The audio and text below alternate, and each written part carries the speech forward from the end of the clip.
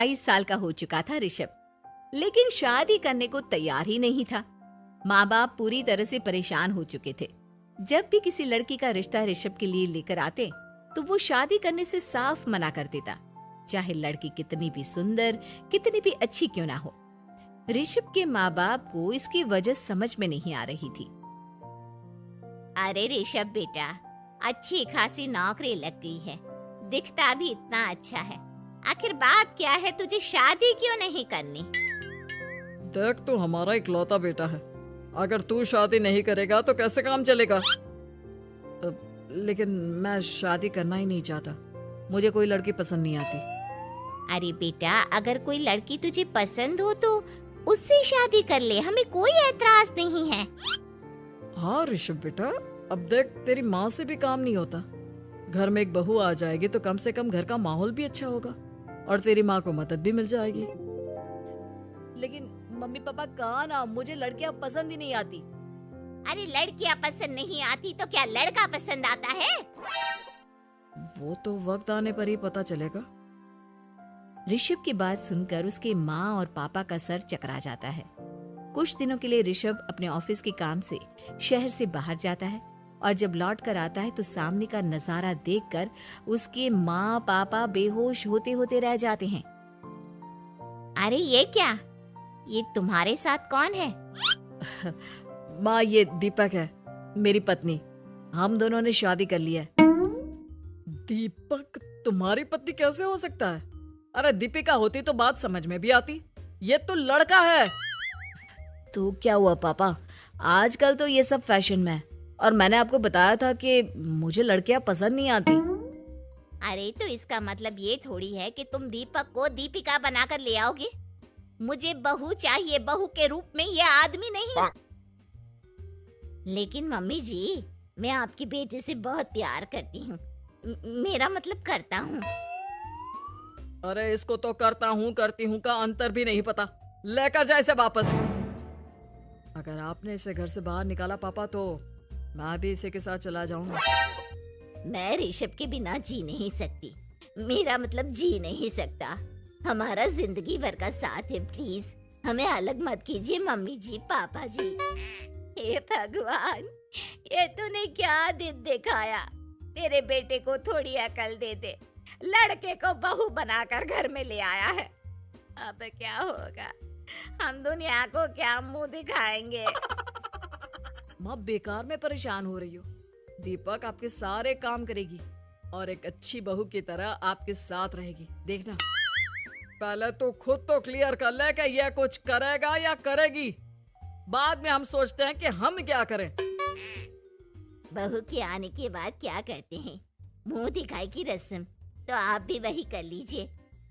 आप चाहे तो मैं पूरे मोहल्ले में न्योता दे आती हूँ। अरे रहने दे, तेरी वजह से बेइज्जती और ज्यादा होगी। आई बड़ी, अब मेरा मतलब है आया बड़ा न्योता देने वाला। अगले दिन सुबह के वक्त दीपक बड़ी नजाकत से चलता हुआ सबके लिए चाय बनाकर सुबह सुबह बालकनी में आ जाता है। प्रणाम मम्मी जी, प्रणाम पापा जी। ये देखिए, चाय बिल्कुल आपकी पसंद की है। मुझे ऋषभ ने सब कुछ बता दिया था कि आपको क्या क्या पसंद है। हे भगवान, ये सब क्या हो रहा है? ये क्या नौटंकी है? नौटंकी कहाँ है? माँ देखिए तो, मेरा दीपक आपका कितना ख्याल रख रहा है। लाओ, अब जो भी है, जैसे भी है, चाय पियेंगे ही सही। थोड़ी देर के बाद, वैसे दीपक, चाय तो तुमने बहुत अच्छी बनाई है, चलो कुछ तो अच्छा हुआ। अगले दिन, अजी सुनते हैं, आज पैरों में बड़ा दर्द हो रहा है, लग रहा है घुटनों में फिर से कुछ न कुछ प्रॉब्लम हो रही है। डॉक्टर ने वो दवाई दी थी, उसकी मालिश करो ना अपने घुटनों पर, आराम मिल जाएगा। वो क्या है ना, खुद के हाथों से ठीक से मालिश नहीं हो पाती।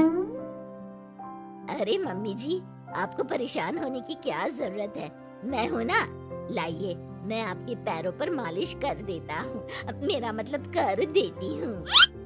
अरे रहने दे, रहने दे, घर में बहू होती तो सेवा करती, यहाँ तो आदमी बहू बनकर बैठा हुआ है। मम्मी जी नाराज मत होइए, एक बार मुझे मौका तो दीजिए आपकी सेवा करने का। अच्छा ठीक है, ये ले दवाई लगा दे। दीपक बहुत अच्छे तरीके से घुटनों की मालिश करता है। थोड़ी देर के बाद इतना आराम मिल रहा है क्या बताऊं। ऐसा लग रहा है मेरे घुटनों में कभी तकलीफ थी ही नहीं।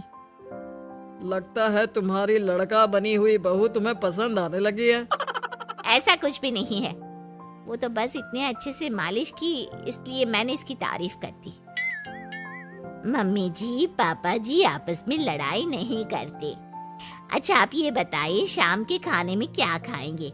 पनीर, दाल मखनी, पुलाव, कुछ भी स्पेशल बता दीजिए। अरे भाई ये सारी चीजें मुझे तो खाने में बहुत ही पसंद है। तुम क्या कोई औरत हो जो पनीर दाल मखनी बनाओगी? हाँ, अरे लड़का हो तो लड़के की तरह बिहेव किया करो ना। भले ही मैं लड़का हूँ तो क्या हुआ, अब तो मैं ऋषभ की पत्नी और आपके घर की बहू हूँ, तो मुझे उसी तरह से रहना पड़ेगा ना। अच्छा ठीक है, जो तुम्हें पसंद है बना लो। आदमी रसोई में खाना बनाते हुए कैसे लगते हैं जरा मैं भी तो देखूं। शाम को दीपक सबके लिए अच्छा सा खाना बनाकर डाइनिंग टेबल पर लगा देता है। ऋषभ ऑफिस से जब लौट कर आता है, सब लोग खाना खाने के लिए बैठ जाते हैं। अरे वाह, क्या गजब का पनीर और दाल मखनी बनाई है। ऐसा जायका तो होटल के खाने में भी नहीं आता। दीपक, कितना अच्छा खाना बनाती हो, मेरा मतलब बनाते हो। तुम्हारी इसी अदा की वजह से तो मुझे तुमसे प्यार हो गया। अरे बहुत हो गया, आदमी होकर आदमी से प्यार करते हो। अरे लेकिन कुछ भी कहो, जरा खाना खा कर तो देखो ऋषभ की माँ, मजा आ जाएगा। हाँ वैसे बात तो आपकी सही है, खाना तो वाकई में लाजवाब है। इतना स्वादिष्ट पनीर तो मैंने अपनी जिंदगी में नहीं खाया। कितना अच्छा होता अगर ये दीपिका होती। और फिर अगली सुबह कुछ ऐसा होता है जिसे देखकर ऋषभ के माँ और पापा ना केवल खुश होते हैं बल्कि हैरानी से उनकी आंखें फटी की फटी रह जाती हैं। उन्होंने जो नजारा अपनी आंखों के सामने देखा उसे देखकर उन्हें अपने आप पर भरोसा नहीं हुआ। सुबह का वक्त था, सब लोग बालकनी में बैठकर सुबह की चाय का इंतजार कर रहे थे। तभी रसोई में से एक बहुत ही खूबसूरत लड़की जिसके लंबे लंबे बाल थे और जिसने साड़ी पहनी हुई थी, हाथ में चाय की ट्रे लेकर वहाँ आती है। अरे ये कौन है? रातों रात हमारा लड़की बहू बन गया क्या? मुझे लगता है कोई सपना देख रहा है। इतनी सुंदर बहू तो हमने सपने में भी नहीं देखी। देखा माँ, जादू हो गया, जादू। अरे लेकिन ये है कौन? तुम्हारा वो आदमी वाला पत्नी कहाँ चला गया? आपने मुझे पहचाना नहीं? मैं दीपक नहीं दीपिका हूँ। इतने दिन से लड़के के कपड़े पहनकर आपके घर में आपकी बहू बनी हुई थी। माँ ये दीपक नहीं, दरअसल ये दीपिका थी, लेकिन इसे लड़कों की तरह रहने का शौक था और इसे लड़की की तरह रहना मंजूर नहीं था, इसलिए मैं इसे लड़के के रूप में आपकी बहू बनाकर यहाँ ले आया। तो फिर अचानक ये उसका हृदय परिवर्तन और रूप परिवर्तन कैसे हो गया? वो क्या है ना, मुझे बाद में एहसास हुआ कि आप लोग इस बात को लेकर बहुत दुखी हैं कि आपके बेटे ने एक लड़की के साथ शादी की है, इसलिए मैं अपने असली रूप में वापस आ गई।